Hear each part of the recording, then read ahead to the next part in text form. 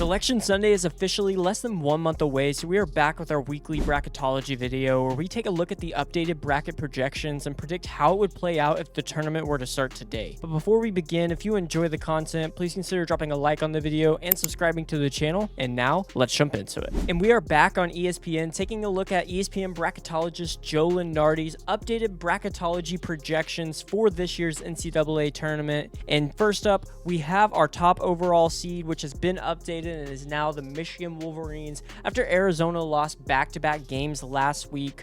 Our last team is the USC Trojans, and then our first team out is TCU, which is actually a little surprising to me. I thought the Horned Frogs would be in right now, but it looks like Joe Lunardi has them just outside. If we take a look at our bracket, the number 1 seed in the Midwest is now the Michigan Wolverines, as we would expect. The number 1 seed in the East is the Duke Blue Devils. And then I see a lot of movement throughout the bracket. So first, want to call out St. Louis, who has dropped down to an 8 seed after their surprising road loss to Rhode Island last week, and they now have 2 losses on the season.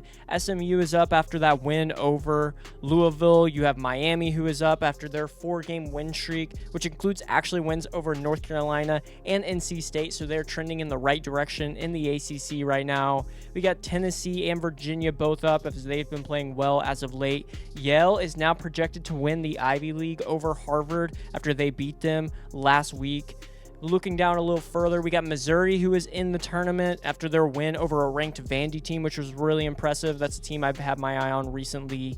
NC State, they've been looking good, had a rivalry win over UNC. And then you got UConn, who was a 1 seed in our last video, has now dropped to a 2 seed after that surprising home loss to Creighton, which really was an upset to me.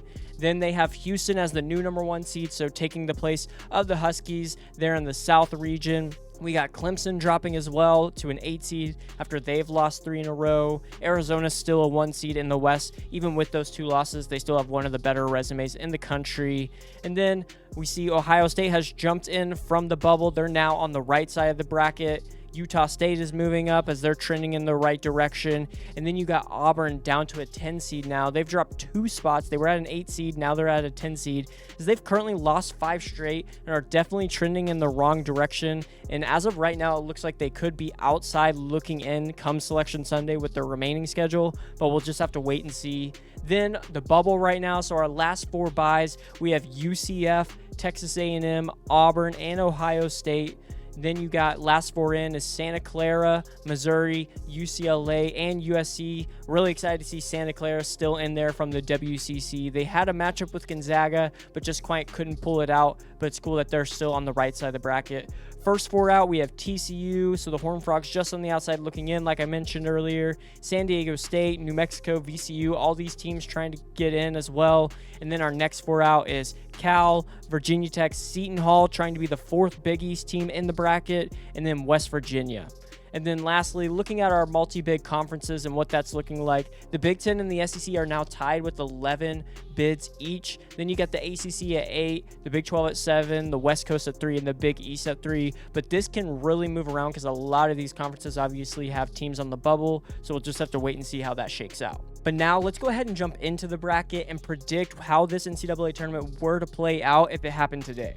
All right, so starting off in the Midwest region, we have our number 1 overall seed in the Michigan Wolverines taking on either UMBC or Southeast Missouri as our 16 seed. And although UMBC was the first ever 16 seed to beat a 1 seed when they beat Virginia back in 2018, I'm obviously going with Michigan. They've looked like the most dominant team so far in all of college basketball this season, and I don't see that changing here in this matchup.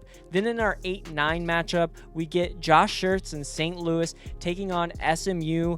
SMU had a really big win over Louisville last week, and St. Louis took their 2nd loss of the season in an upset against Rhode Island. So I'm actually going to be picking SMU to upset St. Louis. I do like the Billikens this season. Robbie Avila and co have been amazing so far, but SMU has Jerome Pierre, who has looked great recently. Obviously, Boopy Miller, and that team just looks to be trending in the right direction right now. So I'm picking the Mustangs to get the slight upset over St. Louis in that 8 versus 9 matchup.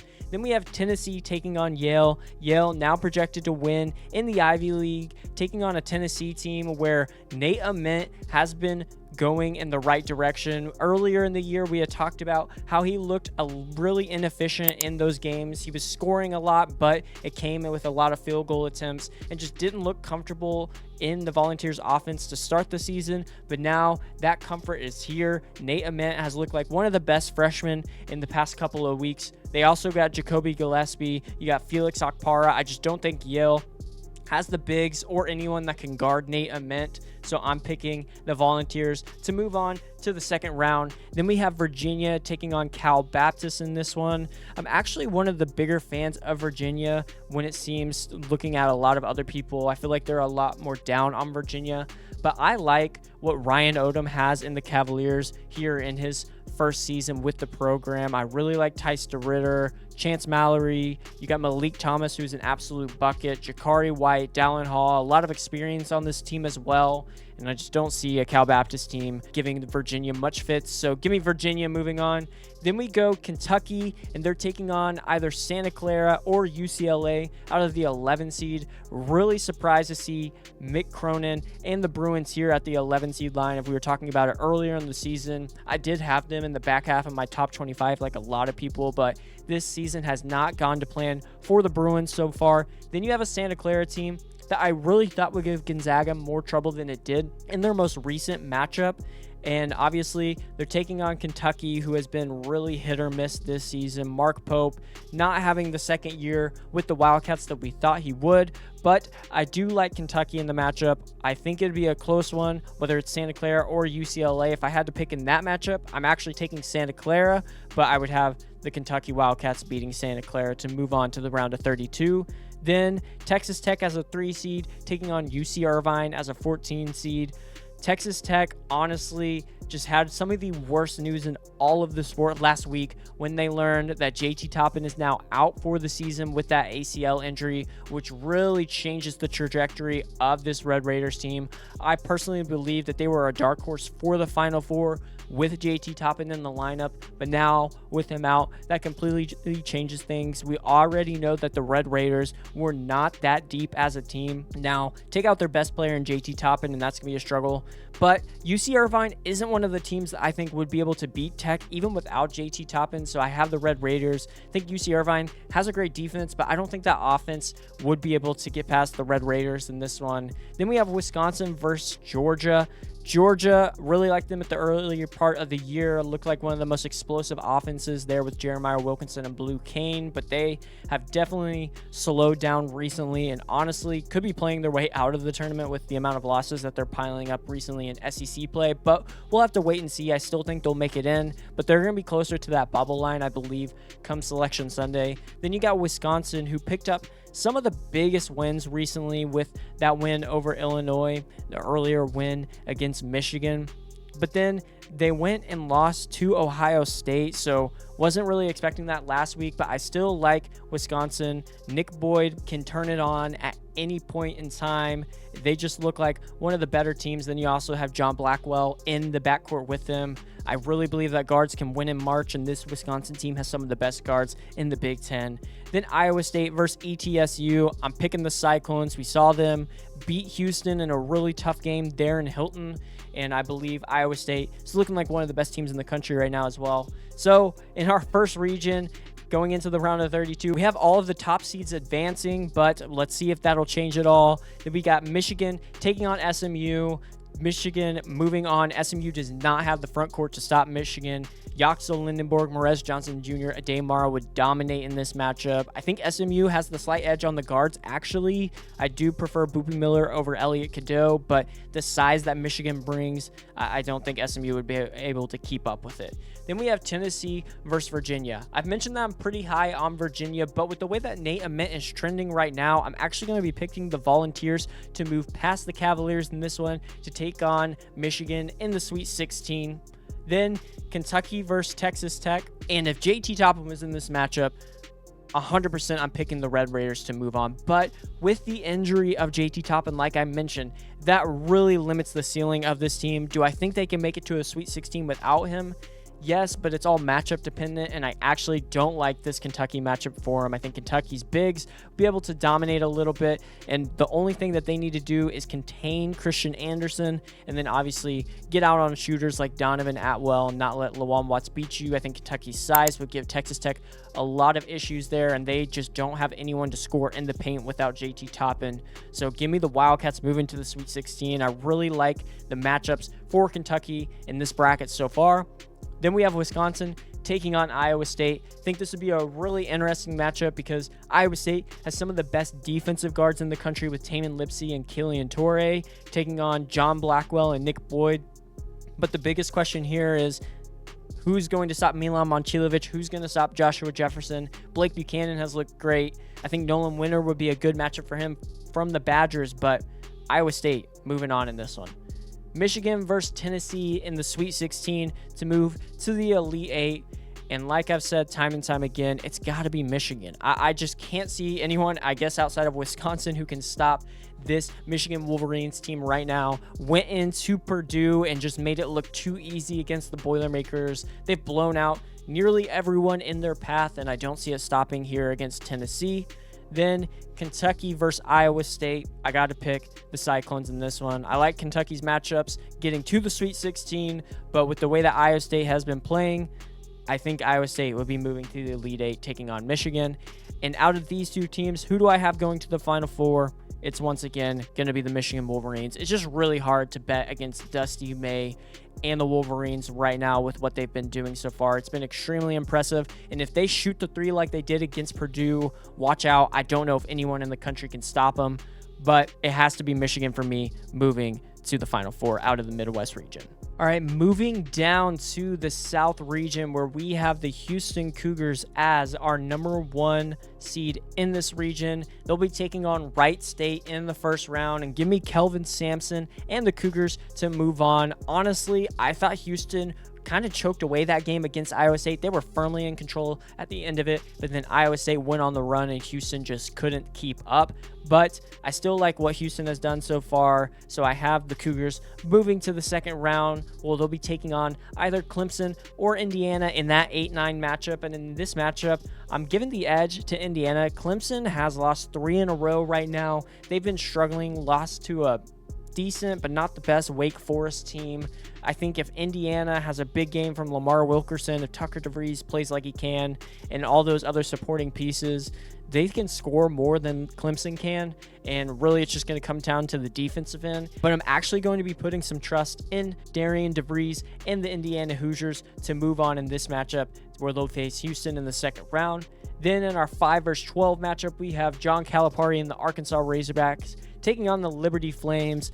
Liberty, one of those teams that I have my eye on as an upset pick, but Arkansas, the talent that they have, Liberty is not going to be able to keep up. Darius Acuff putting up nearly 50 points in that overtime game against Alabama. He has been incredible, like one of the best freshmen in the country. I think he's one of the most underrated players in the country still somehow, and Liberty's just not going to have anyone to contain him. He can single-handedly take this Arkansas team into the second round in this matchup, but I think the talent around him gives Arkansas even higher ceiling.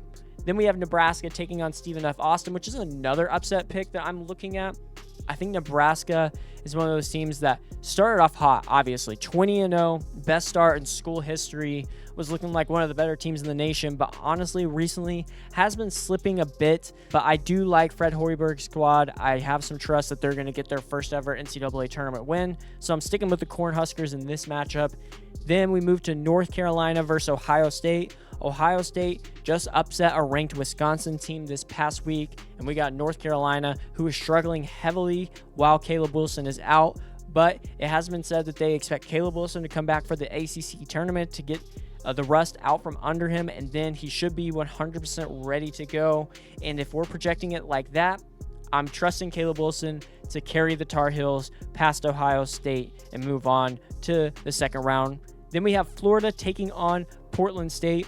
I had Florida winning it all in my last bracket. I truly believe the Gators are playing like one of the hottest teams in the country right now. As long as this backcourt trends in the right direction like it has been, Xavier Lee has been looking a lot better than what he was earlier in the season. You have Boogie Flam playing Sharon Irvin, Clavzar is hitting threes. This team is looking phenomenal right now, and Todd Golden has a team looking like they could have the ability to win a second national title in a row. So I got the Gators beating Portland State. Then we have Utah State taking on Texas A&M. I really don't like the way that Bucky McMillan and these Aggies play. Truly, we saw in the early part of the SEC schedule when they had an easier one than most. They were in first in the SEC, but has been struggling recently. But they're taking on a Utah State team that has been hot other than 2 games in a row where they lost back-to-back games in the Mountain West Conference. Other than that, this Utah State team has been one of the best mid-majors and most consistent mid-majors in the country. So I'm sticking with Utah State to win this one. And then Illinois versus Troy. Keaton Wagler has had a breakout year so far. They got Kylan Boswell back. As long as this team is fully healthy, that offense is going to push them past a Troy team that I just don't think they can keep up. So give me Illinois to move on to the second round, where they'll take on Utah State. But jumping back to the top of this region, we have Houston taking on Indiana. Kelvin Sampson taking on the Hoosiers would be a really interesting matchup as well. I do think Indiana could cause some problems for Houston, but right now, even with that recent loss, Houston is looking like one of the better teams in the country. The freshmen are playing at the top of their game. Kingston Flemings against Iowa State looked like one of the top 5 picks in the NBA draft. You also have Kristanak Jr., who is hitting shots and playing extremely well. JoJo Tugler needs to stay out of foul trouble with him on the floor. They are killers on the defensive end. And then, obviously, you got Milo Suzanne, you got Emmanuel Sharp, 2 really solid role players, experienced guys that made it to a national title game with the Cougars last year. I'm sticking with Houston to beat Indiana. Then we got a 5-seeded Arkansas Razorback taking on a 4-seeded Nebraska Cornhusker team. And I keep saying I think Arkansas has some of the most talent in the entire country. I think Hoiberg taking on Darius Acuff at the guard position would be really interesting. Malik Thomas with the way he was shooting against Alabama, that is one of the bigger things I'm looking at as well. Who's going to hit more threes between him and Price Sanford?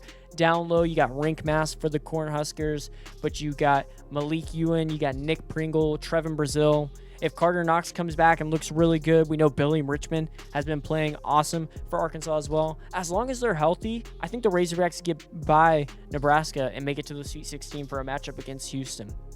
And then North Carolina versus Florida, and I'll just say this, with or without Caleb Wilson, I don't think North Carolina is going to be able to stay with Florida. We saw what Florida did against a lot of other teams recently. That backcourt has been playing really well recently, but that front court looks like one of the best in the nation. I also think North Carolina has one of the better front courts in the nation with Caleb Wilson and Henry Vasar. I just don't know if they're going to have enough to stick with Florida in this one. So give me the Gators. Then we have Utah State versus Illinois.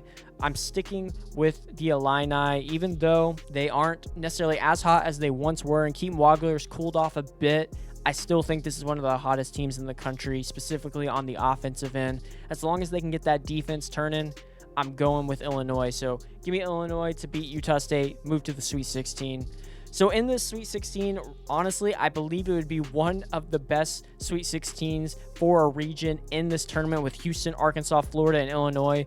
All 4 of these teams are teams I think are capable of making it to the Final Four. But if I have to make predictions right now, Houston versus Arkansas, I'm going with the Houston Cougars. That matchup between Darius Acuff and Kingston Flemings would be must-watch television for anyone watching college basketball. I think it would be one of the best matchups at the guard position all season long, and both of these guys will be playing for kind of where they are in the NBA draft rankings, to be honest, because we know right now Kingston Flemings has been the hotter name, but Darius Acuff, with that performance he put on against Alabama, I have them really close to each other. So this would be a huge matchup for the 2 of them. But as a team, as a whole, I think Houston just has a little more to give. And so I have them moving to the Elite 8.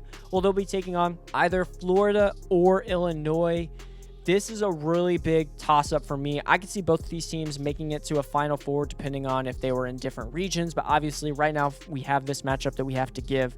And so if I'm picking between Florida and Illinois, I'm still sticking with the Florida Gators. I think the front court would give Illinois some problem. Illinois, I like their front court on the offensive end, but on the defensive end, I think that's where they would struggle immensely against them. And I think Xavier Lee and Boogie Flan, as long as they could hit those open threes, I think Florida has a really good chance to get past Illinois in this one.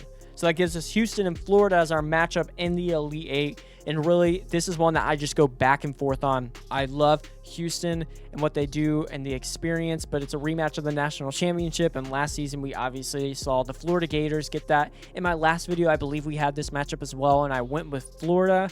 And honestly, I just go back and forth. But with what I saw, even in the loss against Iowa State, the way that these Houston guards and especially the freshmen are trending right now, I love what I'm seeing from them. I think the next couple of games for Houston will be really telling because they have a tough schedule to go. But I'm actually going to give the nod to Houston in this one to make it to the Final Four. All right, so jumping over to the other side of the bracket, we have the East region where we see the Duke Blue Devils as the #1 overall seed, and they're taking on either Bethune-Cookman or Howard. And Duke, with Cameron Boozer, who looks like the National Player of the Year right now, they're going to get it done against either of these teams. I don't really think it matters who wins in that matchup. I got the Duke Blue Devils winning, moving on to the round of 32. They'll be taking on either Miami or Texas. Texas, you have Dalen Swain, who's been a hot name in NBA draft circles right now. He's up to 17 points per game, is really good on the defensive end. Taking on a Miami team that's got Trey Donaldson, who transferred from Michigan last season. Malik Renew looks like a new player than what we saw when he was with Indiana the past couple of seasons. He's been playing great and is going to be probably one of the best players out of the ACC. You got a lot of other guys on this Miami team. And I actually really like what Jay Lucas has in his first season with the Hurricanes. So I'm got Miami moving on to face Duke, and we're going to get Jay Lucas facing his former team in the Duke Blue Devils in our second round matchup there. Then in the 5-12 matchup, we got Vanderbilt taking on South Florida. And right now, Vanderbilt definitely feels vulnerable. I think this South Florida team has a shot to actually upset Vanderbilt in this matchup. I do, however, I like Tyler Tanner. I like Duke Miles. I like a lot of pieces of this Commodores team, but I'm actually going to be picking the upset and taking South Florida to move on and beat Vanderbilt in this one. A little bit of an upset here. What we see with Vanderbilt right now is they've just kind of been struggling recently. Had that really hot start under Mark Byington. I liked what I saw earlier in the season, but that defense has just not been able to keep up with some teams that I think they should have. So I got USF moving on and advancing to the round of 32, taking on either Michigan State or High Point. High Point was a really hot name last year. They came out and I thought they were going to get the upset in the first round, but they didn't happen. But they're going to be back, looks like, here in the NCAA tournament right now as they're projected, taking on a Tom Izzo and Michigan State team that I might have been a little harsh on recently. I just don't fully trust this offense. Jeremy Fears Jr. as a player has been one of the best point guards in the country. That's really undeniable. You got Cohen Carr, you got Jackson Kohler. If these guys step up offensively, I think they're going to have an easy time with High Point. But if not, High Point can definitely score. But I'm sticking with Sparty to get the win in this one, move on to the round of 32. Then we have Louisville as the 6th seed, taking on either Missouri or USC. In that Missouri versus USC matchup, with all the injuries that USC has, I'm actually going to be picking Missouri to win that one. So this matchup would be Louisville taking on Missouri. And Louisville right now, I loved what I saw from them offensively, specifically from Mikael Brown Jr. a couple of games ago. But then going and losing to SMU, which isn't a bad loss by any means, but it just seems like when they find a rhythm, one of those games, they really can shoot themselves out of it, which scares me in a tournament like this. But obviously, if they can get hot, they can go pretty deep as well. So I am going to be picking Louisville over Missouri. I do like Mark Mitchell. I like Missouri, but I'm still sticking with the Cardinals to advance to the round of 32. And they'll be taking on either Kansas or Austin Peay. Kansas, this just keeps going back and forth with Darren Peterson. Whether or not he's going to play, that's the biggest question. But honestly, what they've proven so far is they can win with him. They can win without him. And so in this matchup, I don't think it matters whether Darren Peterson is in the lineup or not. I still have the Jayhawks, Rock Chalk, moving on to the round of 32. Well, they'll be taking on Louisville in a matchup that we saw earlier in the year in the exhibitions. So that'll be a cool one to see. Then we have NC State as our 7th seed, taking on UCF. Will Wade in his first season with the Wolfpack, getting them to the NCAA tournament, taking on a UCF team that has had some high highs but some low lows. They had the opportunity and were able to beat Kansas. They beat Texas Tech this season, but also we've seen them take some bad losses. Same with NC State. really hyped them up. They got into the top 25, took some bad losses. NC State really is an up and down team, but were able to get a win against North Carolina recently. So I did like that. However, that was without Caleb Wilson. I'm sticking with Will Wade to get the win with NC State, get them back to the round of 32. But I think that would be a really close matchup. I do like what UCF has specifically in their backcourt. Then we have UConn taking on Navy. I'm obviously picking the Huskies in this one. I think it'd be cool. Navy's in the tournament, but I don't think UConn has too much trouble with them, and I think they advance to the round of 32. So jumping back up to the top of the region, we have Duke versus Miami. As I mentioned, Jay Lucas, former assistant coach at Duke, now the head coach at Miami, taking on his former team. I really would like to see the matchup between Cameron Boozer and Malik Renew. I think that would be really interesting. You got Ernest Uday taking on Patrick Ngongba. You have Trey Donaldson taking on either Caleb Foster or Caden Boozer, but I just feel like Duke has too many guys, too many weapons to not win this one. I don't think Jay Lucas beats his former team, so give me the Blue Devils moving and advancing to the Sweet 16, where they're taking on either South Florida or Michigan State, and I think this is where South Florida's run ends. They make it one round to the round of 32, but they're not able to get to the second weekend. I have Michigan State advancing, where we'll see a rematch of Duke versus Michigan State. John Shire versus Tom Izzo. Last time Duke went on the road and beat Sparty there at Michigan State, but this time it's on a neutral floor, but we'll get to that matchup in a little bit. Now we have Louisville taking on Kansas. In the exhibition, Kansas was the one that looked better. Darren Peterson had an amazing game, but again, question whether or not is he going to play. I'm going to project like it's an NCAA tournament that he is in, but again, if he's not in, I'm taking Louisville in this one actually. But I'm projecting he's in, and with him playing, if he can play a full 40 minutes, then give me Kansas to advance. But that's always going to be the big question mark with the Kansas Jayhawks right now with everything that's going on surrounding that program. Then we have NC State taking on UConn. UConn, really surprising loss to Creighton. This defense has struggled immensely recently, and honestly, they have not had as easy of a time in the Big East like I expected. I thought UConn was going to have a cakewalk through the Big East, and now looks like they're not even going to win it maybe with St. John's turning it on like they have recently. Then you have NC State. That's just been a roller coaster of a season, but a successful season, I will say, for Will Wade to get the Wolfpack there to the NCAA tournament. I think this would be a really good matchup. I like Quadir Copeland, what he does, especially when he's getting the ball and facilitating to his teammates. I like when he does. Trey Hallman on the defensive end, defensive stopper from the guard position. Braylon Mullins looked really good in that loss against Creighton, so I think that's a bright spot, especially if that freshman can stay hot. Alex Karabin didn't have his best game. I would expect come the NCAA tournament when the lights are brightest, he would. So I'm picking UConn to beat NC State, although I don't think it's as clear-cut as I may have thought recently. So again, in this region, we got a lot of chalk, but we got Duke versus Michigan State. And although I think this would be a really interesting rematch, I don't think Michigan State gets their revenge. I got Duke move into the Elite Eight, where they're taking on either Kansas or UConn. Again, like I mentioned in the previous matchup for Kansas, I'm projecting like Darren Peterson is playing, and I actually think Kansas beats Dan Hurley and UConn, not able to make it back to the Final Four like they were a couple of years ago. I have the Jayhawks and Bill Self making it to the Elite Eight.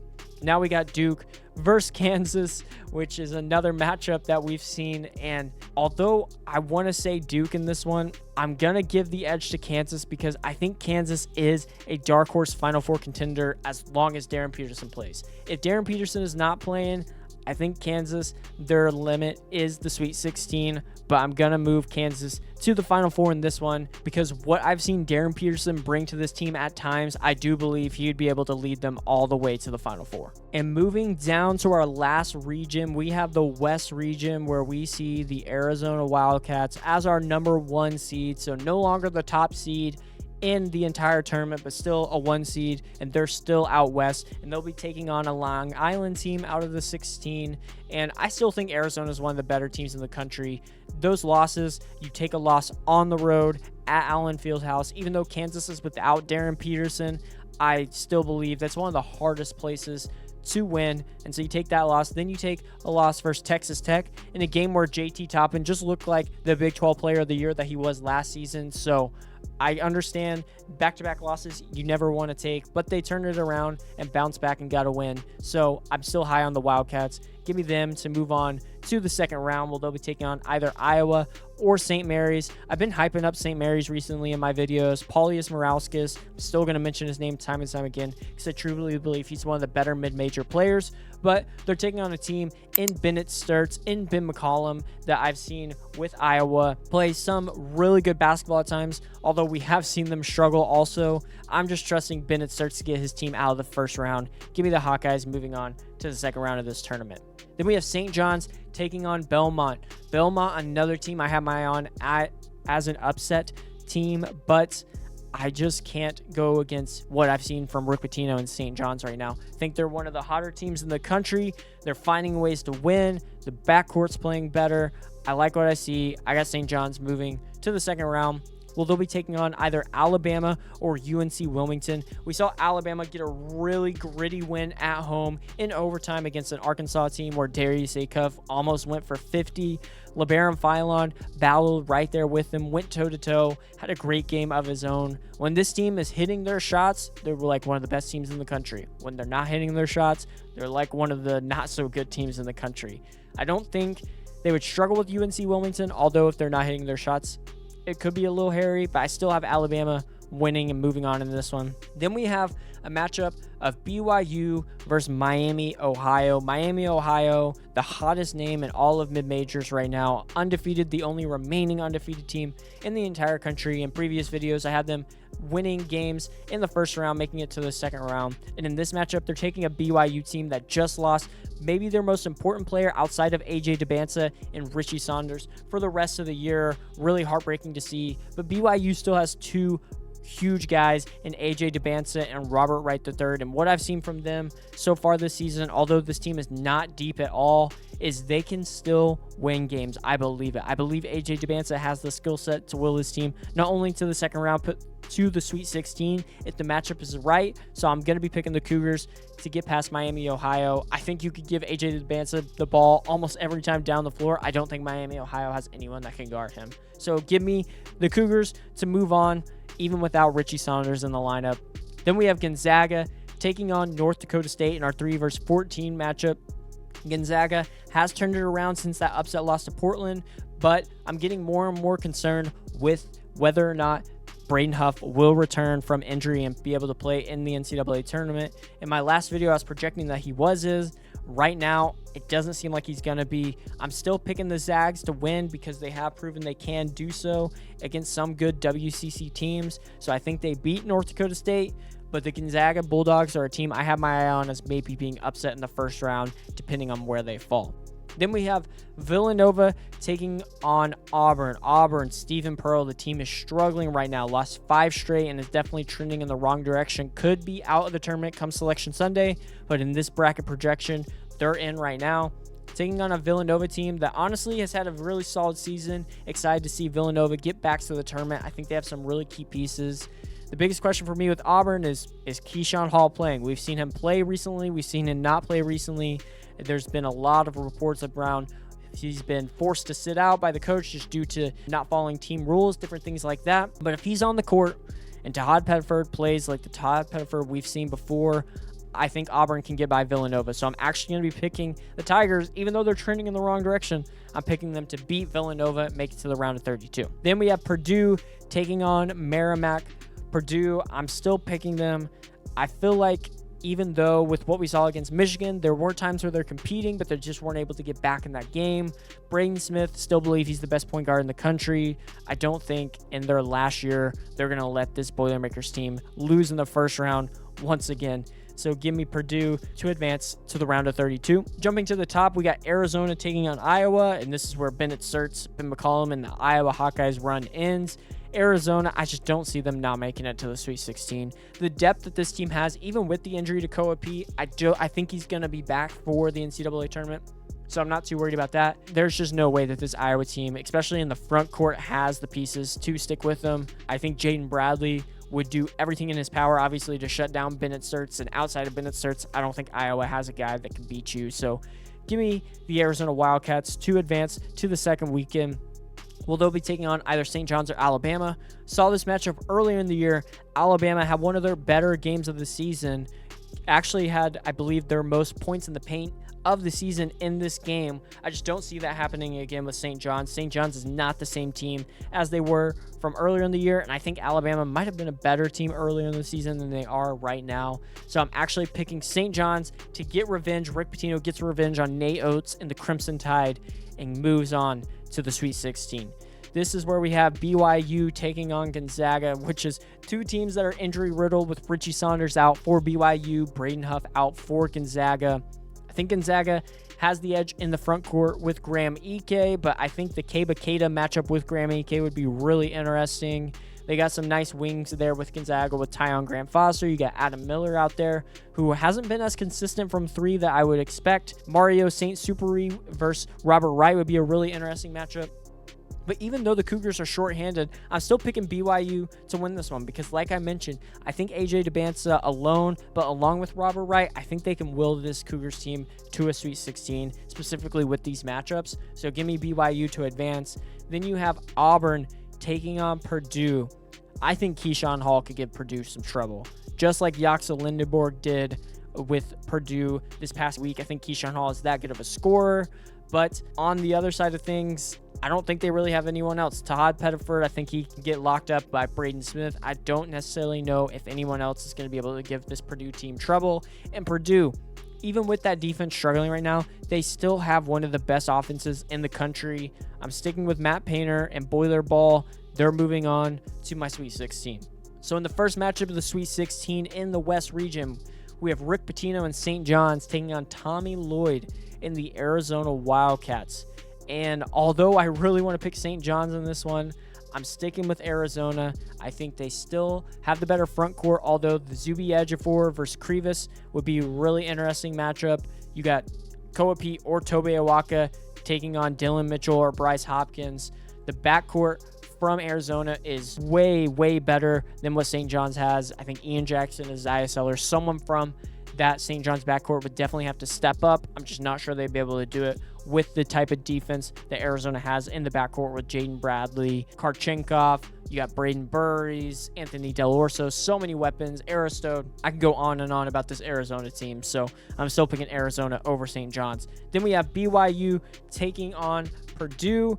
BYU, I think this is their ceiling now without Richie Saunders, so I don't think they have enough to get past Purdue. So give me the Boilermakers to move on to the Elite Eight, where we see Arizona taking on Purdue. Purdue, this is a really hard team for me right now because I want to say that they're able to beat Arizona.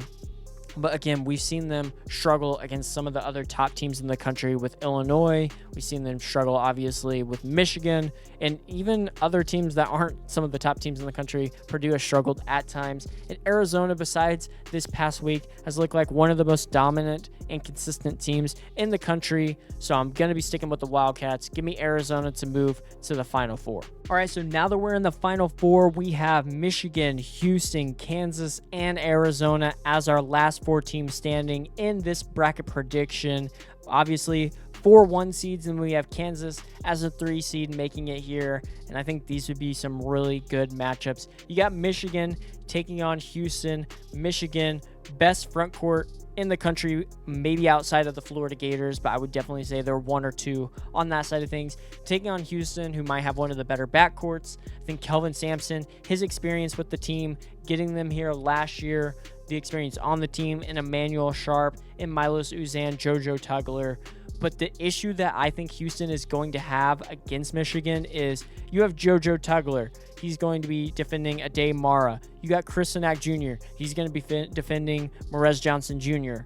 Then Emmanuel Sharp's going to defend Yaxel Lindenborg. I don't think they have the size to compete with this Michigan team. I think Elliot Cadeau, Namari Burnett, LJ Kaysen, I think they can do enough from the backcourt position to get their bigs in really good opportunities. And again, if they shoot the ball like they did against Purdue, I don't think anybody can beat them. Give me the Michigan Wolverines making it to the championship game. They'll be taking on either Kansas or Arizona in this one. I think this would be a really, really good matchup. We saw Arizona go to Kansas a few weeks ago, lose at Allen Fieldhouse without Darren Peterson. So Kansas has proven that they can beat this Arizona team. Can they do it once again? As I mentioned earlier, in this one, I'm projecting that Darren Peterson would be playing in this matchup against Arizona. So we have the matchup of really good freshmen and Darren Peterson going up against Braden Burries. You also got Koa Pete, who I would expect would be back in this one. Think Kansas can win this game? Yes. Have they proven they won this game previously? Yes, but that was at Allen Fieldhouse. This is in a neutral site, and I don't think they get it done. I think Allen Fieldhouse did a lot for them in that matchup. I think Arizona gets their revenge, makes it to the championship game, and we honestly get to see the matchup that a lot of us have been wanting for the majority of the year, and that's Michigan versus Arizona for the national title. And who do I think would win? That's the Michigan Wolverines. I've said it time and time again, Michigan has been the most dominant team in the country from start to finish, and outside of that Wisconsin game, there really hasn't been anything else. Yeah, they went on the road and struggled against TCU, but TCU is now a team that could be in the NCAA tournament. They've shown time and time again that they have weapons all over the court. That front court and the size that they bring, I think would give Arizona trouble. I just really love what Michigan has. So give me the Wolverines to go and win the national championship in this one. But that wraps it up for today's video. Let me know in the comments what your thoughts are on my March Madness predictions and the updated bracketology projections. Was there a team that you think would win a certain matchup, or who would you have in your Final Four? Also, if you enjoy the content, please don't forget to drop a like on the video and subscribe to the channel. Thank you so much for all of your support, and we'll see you in the next one.